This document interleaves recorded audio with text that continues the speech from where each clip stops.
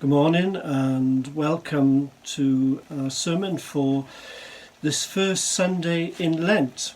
And as it's very often tradition in Lent, even though this is a very untraditional Lent, not to be able to gather in our churches, but nevertheless we prepare for Easter by travelling through these 40 days together.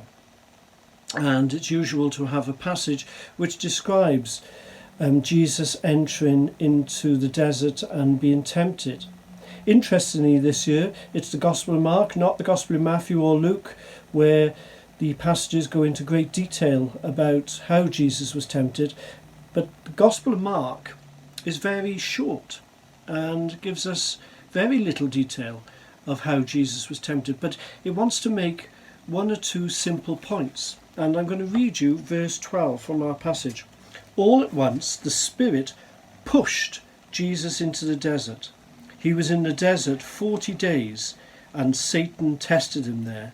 He was with the wild beasts, and angels waited on him.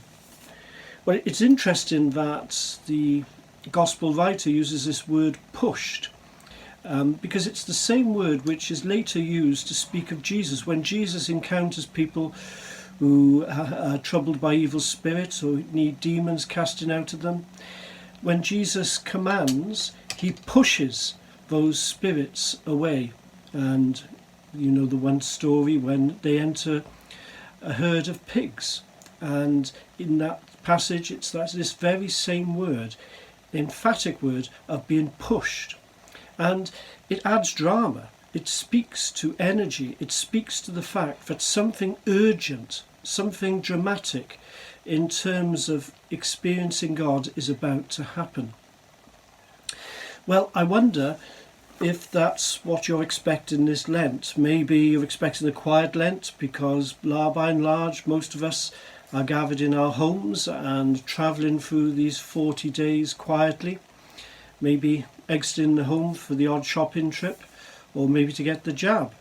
But it is important, even though it is a very different Lent, to reflect on not only Jesus' temptations, but what we have faced in our own time, in our own lives, and what we might face in the future. The second part of the passage I want to point out to, Mark is very different in that he's deliberate in using the words, Jesus was with the wild beasts, and angels waited on him. Now, at first, it doesn't seem unusual. He has entered a very hot desert, the Judean desert. He's not with food and much water, and therefore you would imagine the vultures would be circling. He might encounter the stray hyena, maybe a type of lion which was around at that time in that desert. All sorts of wild creatures would be out in these wild places. But it's the phrase, he was with the wild beasts. It doesn't sound as if he was endangered by them. Actually, the emphasis here is that he was being with them in a peaceful state. He was enduring his temptations, and nature all around him, wild nature all around him, accompanied him, not challenging him, not threatening him, but were with him.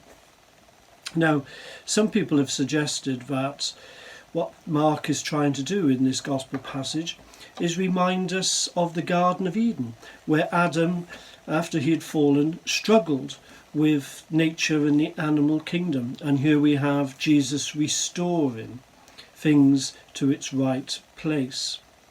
I'm not sure that's an accurate description of what's going on in Mark's gospel. I think that's a bit of an exaggeration.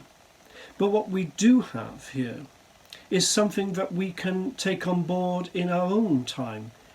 And that is, how do we live not only with the nature out there, the wild beasts, all the things we encounter, as we would say, out there, but also our own natures, how we encounter what's within. Do we live at peace with our own nature? Do we feel challenged and endangered by parts of our character that seem to mislead us? Someone once said, a comedian I think, that he described himself as having an angel on one shoulder and the devil on the other, and he happened to be deaf in one ear. Well, that may or may not be true of you, but it's probably true of all of us that we have our struggles. We have our struggles with our own nature and with the experiences we have around us. And in a sense, it's up to us which ear we use to listen to which side of our nature. Which side of our nature do we encourage? In the passage where it mentions the wild beasts, it indicates that Jesus is living in a way fraternally. He's living peacefully with these impulses, with wild nature, but also the wild nature within himself. He is at balance. And I suppose this Lent may be a time for us to reflect on that what we're trying to do is not necessarily improve ourselves so that the wild side of our characters never exists, never has the part to play in our life. But actually, we're trying to find a point of balance where we can live with all our humanity, with all that we have to offer.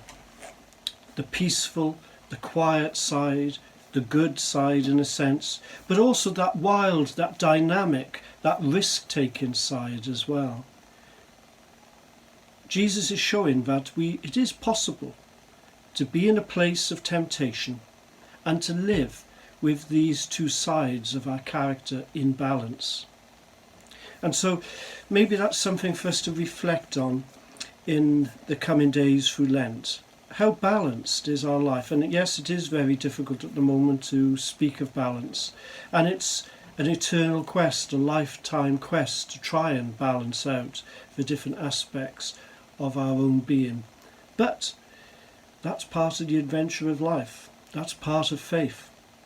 We come each week to the Eucharist, to Scripture, to reflect and go back to that challenge of trying to balance out our nature and our being. So good luck with that through Lent. There's some things which you might enjoy and would hope you would take part in. Anybody within the benefice and wider can take part in our Lent course, which is continuing to run on Wednesday evenings. You'll find more information about that on our Facebook account and webpage.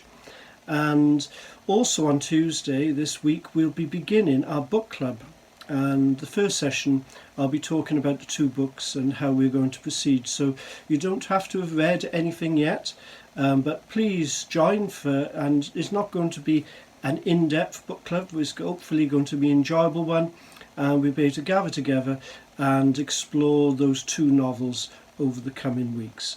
So please again look for more details on our Facebook pages, but also keep an eye on our Facebook pages for other items which will crop up through Lent. Also this Sunday I have one other important announcement to make. Bishop June has requested that we announce to the benefice that the Reverend David Jones is going to join us to continue his curacy here within the ministry area of Llantrisant, and we look forward to his arrival sometime shortly after Easter. And we're all very excited about that. David and I met recently for a long conversation, and we enjoyed each other's company, and we recognise there's lots to do, and he has lots of gifts which he'll be able to share with us and encourage us as we move forward with the different tasks we have in the coming year. So congratulations to David, and we look forward to sharing with him and welcome him and his family into the ministry of Llantrisant shortly.